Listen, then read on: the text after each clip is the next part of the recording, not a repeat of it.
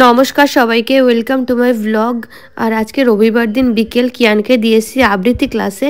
ওখান থেকে ওকে নিয়ে এখন আমরা যাচ্ছি বহরমপুর স্কোয়ার ফিল্ডে বইমেলা হচ্ছে, তো সেখানেই আজকে আমাদের প্রোগ্রাম। বইমেলাটা বেশ কয়েকদিন শুরু হয়ে গেছে, আমরা আজ যাবো কাল যাবো করে ভাবলাম আজকে সানডে, আজ না গেলে আর এই সপ্তাহে যাওয়াও হবে না, আর 2-4 দিন পরে হয়তো মেলাটা উঠেও যাবে।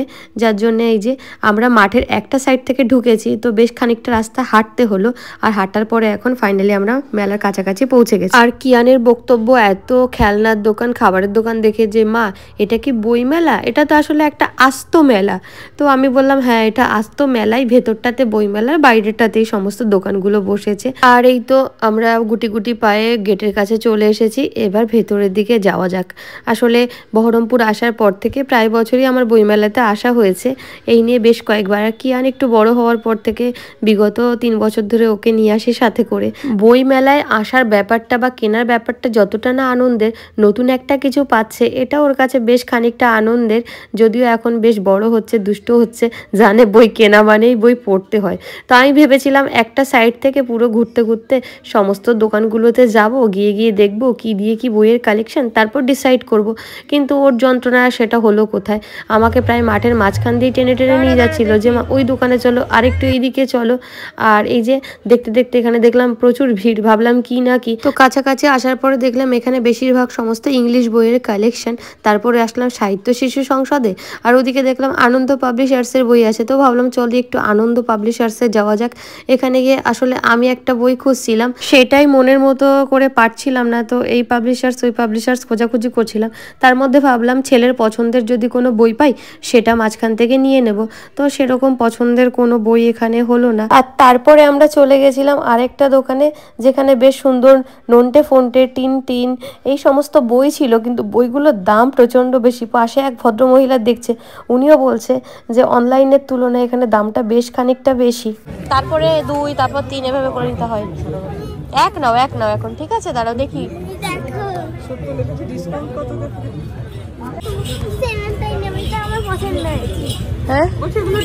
তারপরে যেহেতু কিয়ানের পছন্দ হয়েছে, তো আমরা ওখান থেকে নন্টে ফন্টে সিরিজের নাম্বার 1টাই নিলাম। নেওয়ার পরে পরবর্তী দোকানের দিকে যাচ্ছি, তখন কিন্তু অলরেডি মহাশয়ের বায়না উঠে গেছে যে মা কিছু একটা খাওয়াতে হবে। তো আমি জোরজার করে আসলাম পরের দোকানে। এখানে এসে দেখলাম বেশ বাচ্চাদের খুব সুন্দর সুন্দর বই আছে, ইংলিশ বাংলা সব কিছুতেই আছে। তো এখানে এসে গোপাল ভাট দেখছিল, আমি বললাম না রাখতে লাগ, এইগুলো এখন একটু বড় হতে হবে তোকে, এদিকে। তারপরে চলে গেলাম পরবর্তী দোকানে, আর এখানে গিয়েও কিন্তু বেশ বাচ্চাদের সুন্দর বই ছিল। তো আমি পছন্দ করলাম এই যে ম্যাথমেটিক্সের নাম্বার 1টা, এভারগ্রিন ম্যাথমেটিক্সের। সাথে কিয়ানের পছন্দ এই যে ডাইনোসরস টেল। তো ঠিক আছে, আমি বললাম তুমি যদি ম্যাথমেটিক্সেরটা নাও তাহলে আমি তোমাকে ডাইনোসর টেলটাও কিনে দেবো। তো দুজনের পছন্দ মতো 2টো বই নেওয়া হলো। এখানে ডাইনোসরের সুন্দর ছবি দিয়ে দিয়ে ছোট্ট ছোট্ট মোট 151টা গল্প আছে, বেশ ভালো লাগলো, একটু উল্টে পাল্টে দেখলাম। তো ভাবলাম নেওয়াই, যে ওকে রাতে রাতে পড়ে শোনাবো ঘুমানোর সময়। চলো বিল করিয়ে দুটো। বই কেনা মাঝপথে থামিয়ে দিয়ে এবার আমরা যাচ্ছি খাওয়া দাওয়ার দিকে, কারণ বেশ কিছুক্ষণ হয়ে গেছে। ও বলছে খিদে পেয়েছে মা, কিছু একটা খাও। আমিও বললাম ঠিক আছে তাহলে চলো কিছু একটা খাওয়ানো যায়। এদিকে দেখো এর এই যে ব্যাঙের মতো লাফিয়ে লাফিয়ে যাওয়া, মানে সোজা পথে আসলেই হাঁটতে পারে না। তো এদিক ওদিক দেখার পরে বললো মা মোমোই খাবো। আমি বললাম ঠিক আছে খাও তাহলে। আর মোমোর দোকানে এসে আমরা অর্ডার করলাম স্টিম চিকেন মোমো 1 প্লেট, কারণ আমি খাবো না, ওই খাবে, ওর খিদে পেয়েছে বললো।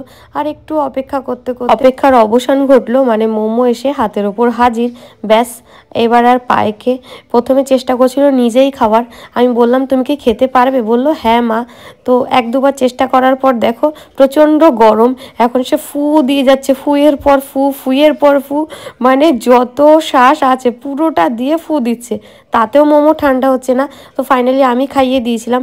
আর মোমোর দোকান থেকে দেখতে পেয়েছিল এখানে একজন ক্রাউন বিক্রি করছে। না না ও না, ওর জন্য না, আমার জন্য কেনাবে। এই ক্রাউনটা সে আমার জন্য কেনাবে। আর এগুলো কিনে কি করবো, ছাড় না। আমি কি কিনবো, কোনটা বল? বলে তো মুকুট কিনতে, এটা কিনে দিলে কেমন লাগছে? আর আমাকে একটা একটা করে পরিয়ে পরিয়ে দেখছে কোনটায় কেমন লাগে। এ মা যা, কেমন লাগছে? আর এরপরে তো আমি নিজেও একটা পরে নিয়েছি, ও নিজের মাথায় একটা নিয়ে নিয়েছে, দিয়ে আমাদের দুজনকে কেমন লাগছে সেটা একবার দেখছিলাম। তাহলে ওইটা তুই নে, ব্যাস থাক, আর নিতে হবে না কিছু। কিন্তু শেষমেশ আমিও নিইনি, ও নেয়নি। তারপরে চলে এসেছি আবার সেকেন্ড ফেজ বই কিনতে। তো এই যে আসলে খুঁজছিলাম ছোট্ট একটা গীতা, যেটা শেষমেশ এই দোকানে এসে পেলাম। অনেক দোকানে খুঁজছিলাম কিন্তু এরকম ছোট্ট সাইজের আমি পাচ্ছিলাম না। এটা নেবো না, খুব সুন্দর। বাবা বাবা, এটা আমি তোকে পড়ে শোনাবো রোজ রোজ রোজ রোজ। হ্যাঁ, ছিঁড়ে দেবে না টেনে। গীতা চুমু দেয় না, নমো দেয় ঠাকুরের, ভগবান শ্রীকৃষ্ণ। আর আসলে গীতাটা কিন্তু আমি কোনো ধর্মগ্রন্থ বা ধর্মীয় কারো হিসাবে নিচ্ছি না। গীতাটা যারা পড়েছে তারা জানে গীতা আসলে জীবন দর্শন, মানে তুমি তোমার জীবনটাকে কিভাবে দেখবে সেই জিনিসটাই গীতাতে আছে। আর এই যে বই পর্ব কেনার পরে এরপরে আমরা চলে এসেছি, একটু খেলনাও তো কিনতে হবে, মেলা বলে কথা। আর প্রথমে বললো বাবেল নেব, তো বাবেলের কাছে গিয়ে বললো না এটা নেব না। তারপরে তার মনে হলো যে স্পিনার নিলে ভালো হয়। তারপরে আরেকটা কি খেলনা, তো এইটা ওইটা সেইটা দেখতে দেখতে আমাকে দেখাচ্ছিল, মা চলো চলো এইটা নিই, স্পিনারটা নিই, এইটা নিই, সেইটা নিই। কিন্তু আমি বলছিলাম এটা নিয়ে কি হবে, ওইটা নিয়ে কি হবে।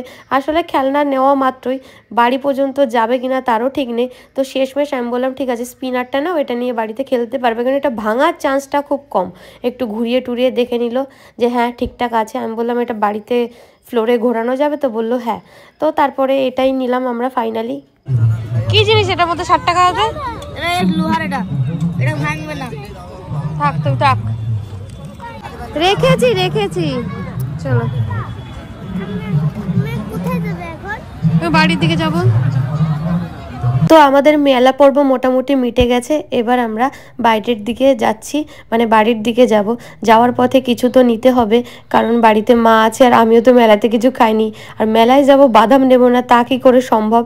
তো নিয়ে নিলাম একটুখানি বাদাম বাড়ির জন্যে। আর কিয়ানের দেখো তর সইছে না, এখানেই খেলতে শুরু করে দিয়েছে। বাদাম নিয়ে আমরা এখন বাড়ির দিকে রওনা হচ্ছি। আর বাড়ি আস্তে আস্তে ওর পছন্দ মতো কিন্তু অনেক কিছুই হয়েছে, সুতরাং ও আজকে ভীষণ খুশি। ওর বই হলো, ওর খেলনা হলো, ওর খাওয়াও হলো।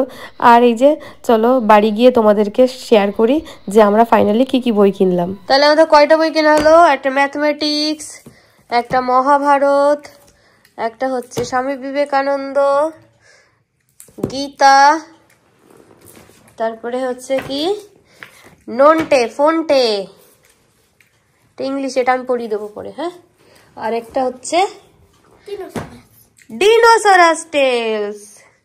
বাবা, সব তো আমারই বই কেনা হলো। আর এখন মা বসেছে বাদাম নিয়ে, কিয়ান বসেছে বই নিয়ে। তো আজকের ব্লগটা এখানেই শেষ করছি।